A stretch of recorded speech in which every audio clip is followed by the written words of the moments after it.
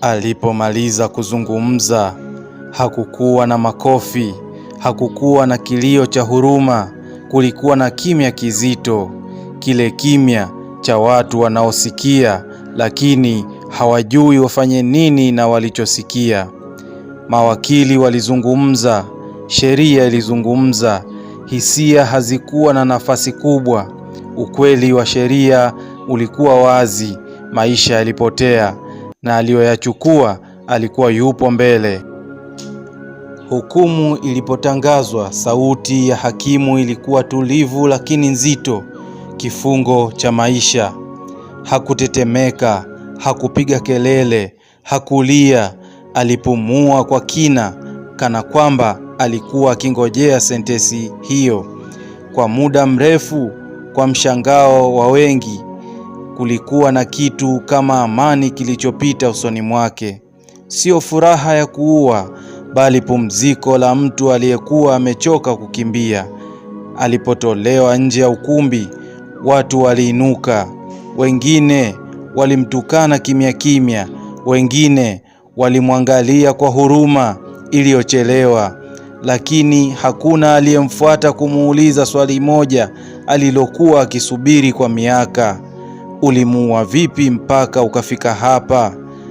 Na hivyo safari yake ikaendelea, sasa rasmi ndani ya kuta za gereza. Ni ndani ya kuta, nje ya maumivu. Gereza halikumpokea kwa kelele, halikuwa na maneno ya kumkaribisha wala maswali mengi. Kulikuwa na mlango mzito wa chuma, sauti ya kufungwa kwake na ukimya mrefu uliomfuata. Kwa mara ya kwanza baada ya miaka mingi, hakukuwa na mtu anayemtazama kwa matarajio. Hakukuwa na mtu anayemtaka awe zaidi ya alichokuwa. Ndani ya kuta zile hakukuwa tena na mume, mfanyabiashara, mtoa huduma au mwanaume aliyeshindwa. Alikuwa tu mfungwa namba fulani. Na kwa mshangao wake mwenyewe, hilo lilimpa Usiku wa kwanza hakulala. Alikaa kitandani akitazama ukuta uliochakaa. Hakumwona mke wake akimlaumu. Hakusikia sauti ya kulinganishwa.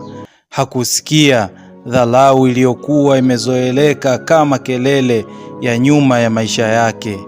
Kulikuwa na kimya, kimya halisi. Ndani ya kimya hicho, machozi yakamtoka bila aibu. Sio machozi ya kuomba msamaha kwa dunia, bali machozi ya mwanaume aliyekuwa ameumia kwa muda mrefu sana bila ya kuonekana.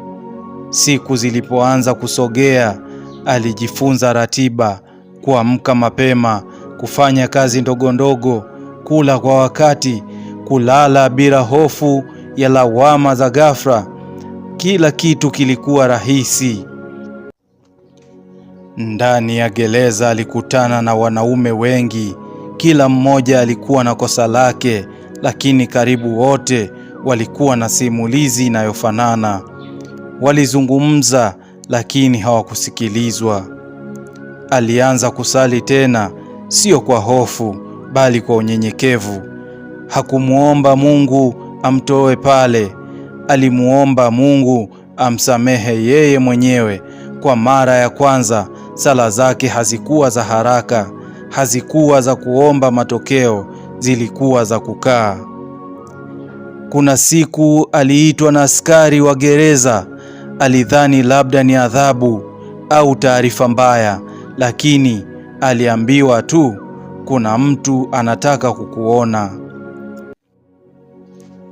Alipofika chumba cha wageni, alimuona mtu ambaye hakutarajia.